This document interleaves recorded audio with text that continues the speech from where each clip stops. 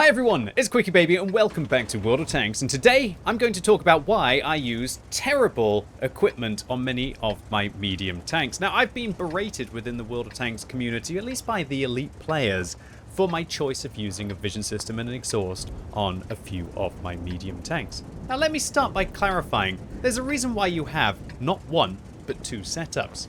It's so that you can adapt your tank in the battle depending on the map that you play. Now, on a regular map without a load of bushes, where I don't think scouting is very important, on a tank like the Lion, I'm going to be using vert stabs, vents, and possibly a turbo on this vehicle to try and increase its combat capacity while also to enhance its gun handling. However, when I get into a map where there's a lot of bushes, and also when you're in a matchup when there's no light tanks on a map where there's a lot of bushes, you can change yourself to basically become the light tank of that battle through a simple hold your control and press your 1 key.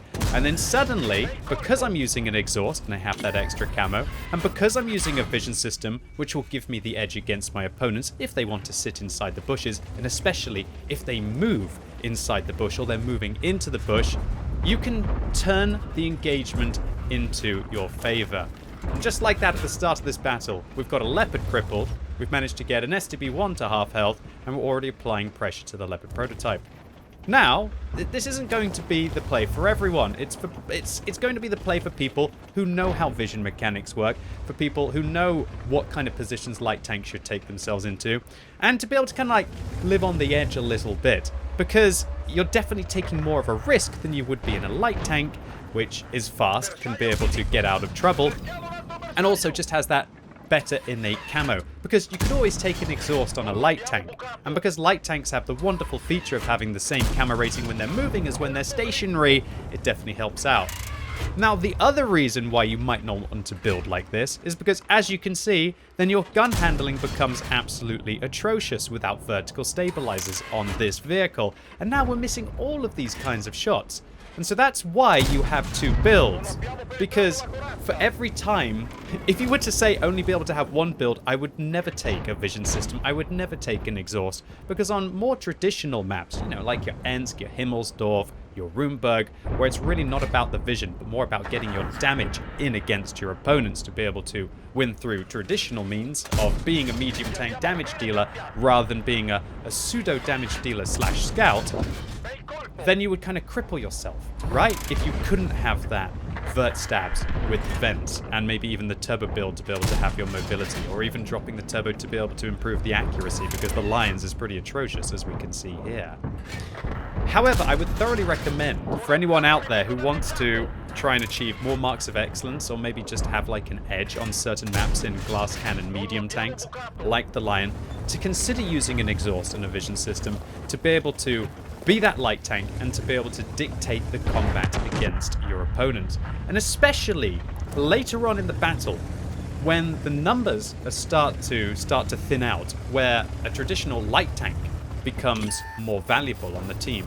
Also, a medium tank that set themselves up to be a more proficient scout will become more valuable as well, because there will be more room for you to be able to play around. And the more room there is, because of the less tanks there are out on the battle, that means that a tank that is focused on vision will have more room to play and to keep the distance of the engagement at a further.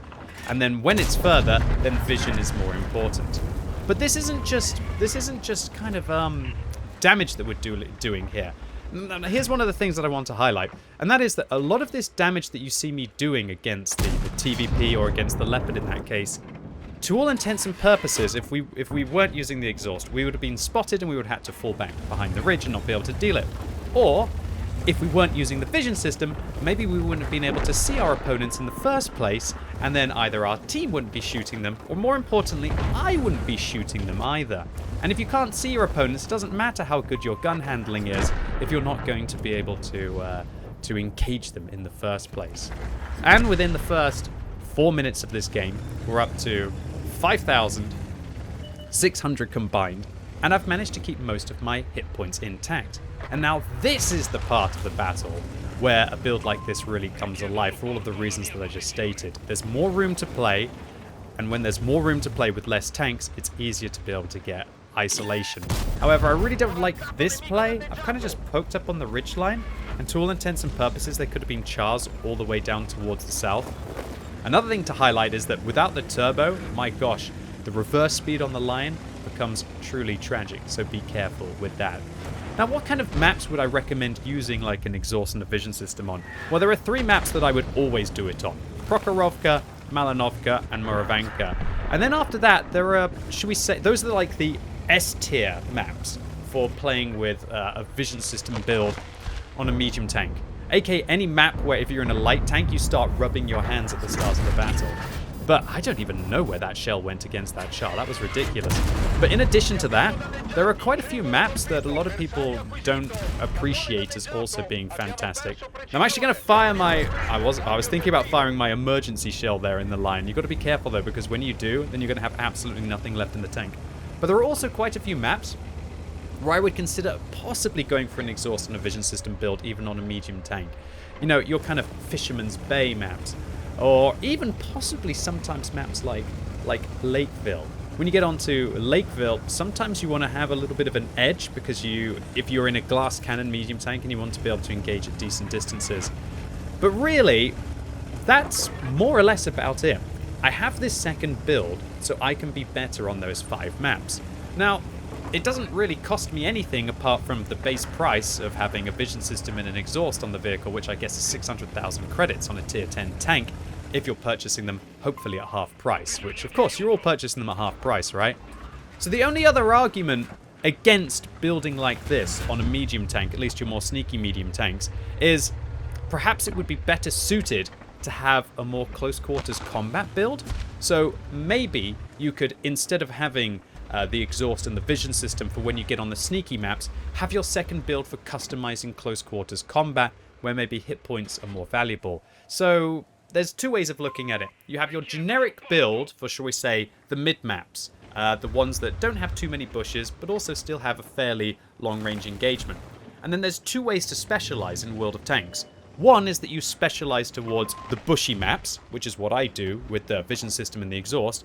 And the other way is that you specialize in maybe dropping the turbo on Ensk and Himmelsdorf to instead use a durability device, because the durability device will allow you to keep your tracks on so you can trade better around corners, and it will also give you that awesome 10% extra hit points, which to all intents and purposes might keep you in the game to allow you to get an extra shot.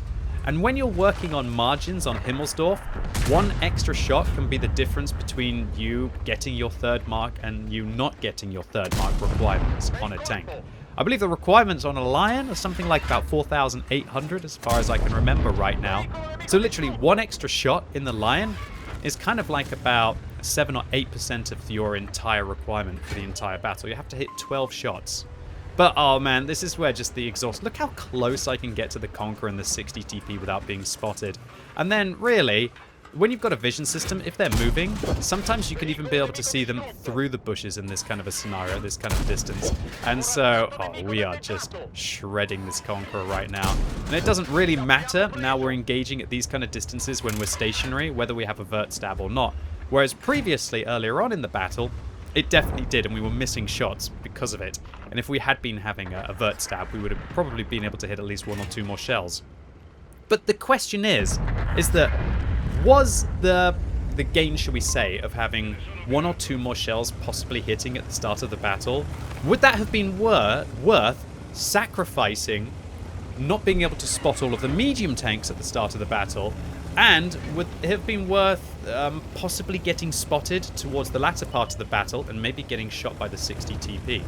So I'm being a little bit cheeky now, and I'm actually reloading high explosive rounds for the back of this T95, and oops, 471, and a double oops here as we put in another 527. Artillery stuns us, but that's no concern, and I fire my emergency shell with the last shot of the game, securing 7,000. Oh no, sorry, I can't even count.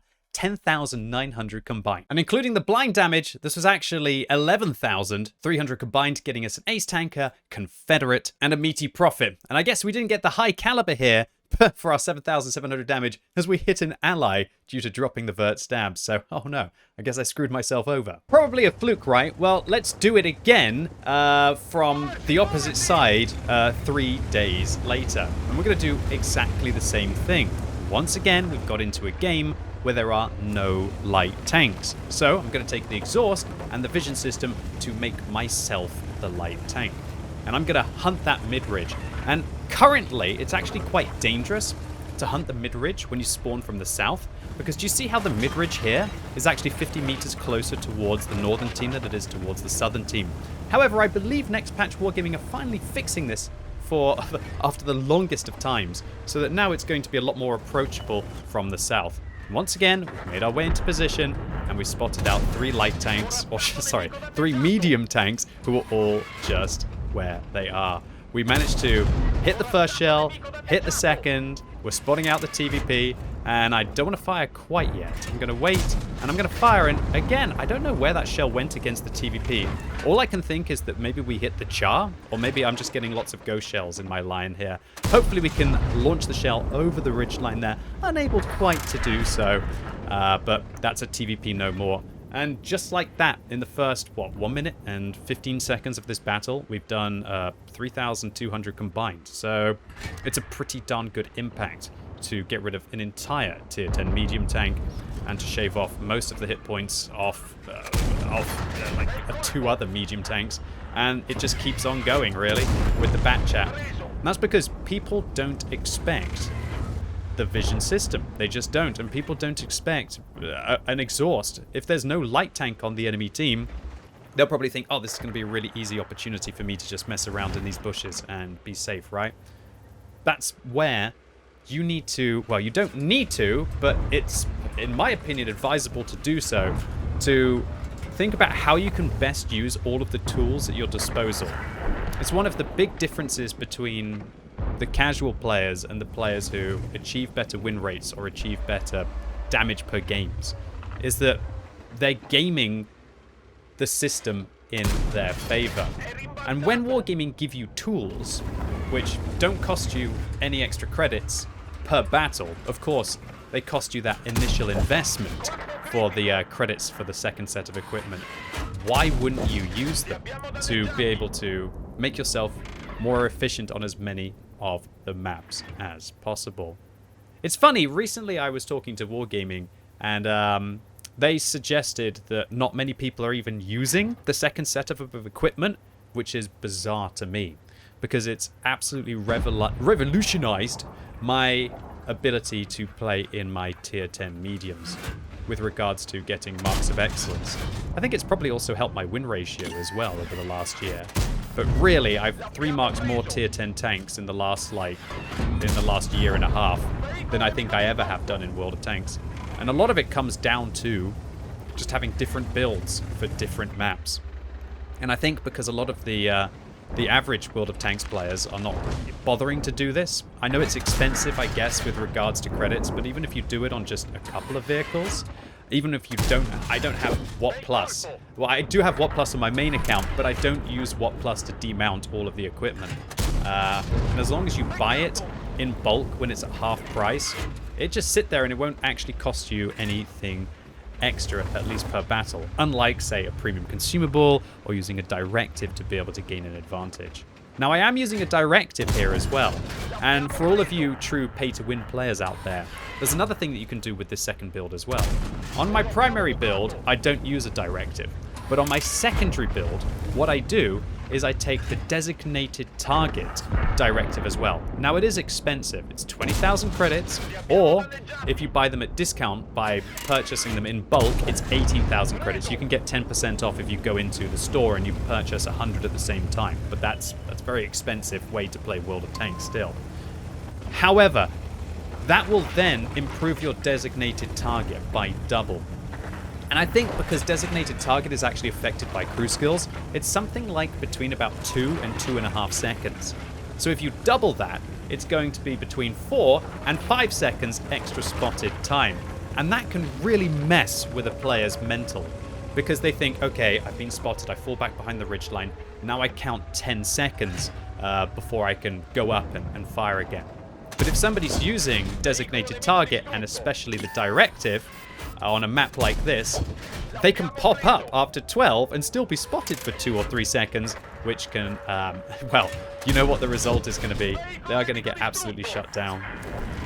And we're up to 6 kills now in the line, showing you that it's not just... It was funny because in the first game, which I wanted to show you, the first one, the lack of the vert stabs definitely cost me damage. But now I truly feel that the exhaust is allowing me to go into positions and be more aggressive than I otherwise would be able to without it. And I feel that on a tank like this, which can't use a gun rammer, and you've even got a free equipment slot, it's not like on a Leopard. On a Leopard, I do the same thing, but I have to drop the gun rammer. On a vehicle like this, an auto-reloader, you don't even have to drop the gun rammer, which really lowers the pressure on your equipment slots. And so we're up to 6 kills now, with 3 tanks left on the enemy team. I was thinking, oh, possible Radley Walters medal on the table. I don't get that many Radley Walters medals. I think it's like a once in a month kind of thing. So if I do manage to get one in any given game, I'm pretty happy about it. And considering I hit the Kampfpanzer, I was pretty happy. I finish off the Object 261 just on the reload. And I'm thinking, shall I fire here or shall I wait? And I decide that I want to wait to be able to get the extra shot in case I low roll. But we secure the kill anyway. And there you have it, ladies and gents. That was 9 kills and 8,800 or 8,700 combined that we saw, netting us another ace tanker for our 1,517 base experience, a Radley Walters medal for the 9 kills, and another meaty profit for our 9,300 combined. So irrelevant of what you think about using an exhaust and a vision system, or whether Uncle QuickyBaby is here just trying to confuse you and give you bad advice, I would thoroughly recommend that you consider using that second set of equipment, and whether you otherwise choose to use it to focus on extra spotting, or alternatively you choose to focus it on making yourself better on those close quarters combat maps, at least according to Wargaming, it's not going to much use. And considering that the second set of equipment I attribute to 2 of my better games in the last week, this is definitely a case of use it or lose it. Anyway, ladies and gents, boys and girls, that was it for today. Really hope this video was useful for you. If it was, give it a thumbs up. If you hated it, give it a thumbs down. And if you're watching this video as it's released on Sunday, it's time for the World of Tanks Tech Tree Showcase live right now on twitch.tv/QuickyBaby. And this week, I'm going to be playing the fastest vehicles in the game. That's right, the French wheeled light tank. So you can come along and have one last look at the original tech tree of wheeled vehicles before we see the British wheeled mediums come into the game next patch. So really looking forward to seeing you all live right now on twitch.tv/QuickyBaby. And as always, thank you so much for watching. You've been epic, and hopefully I'll see you soon.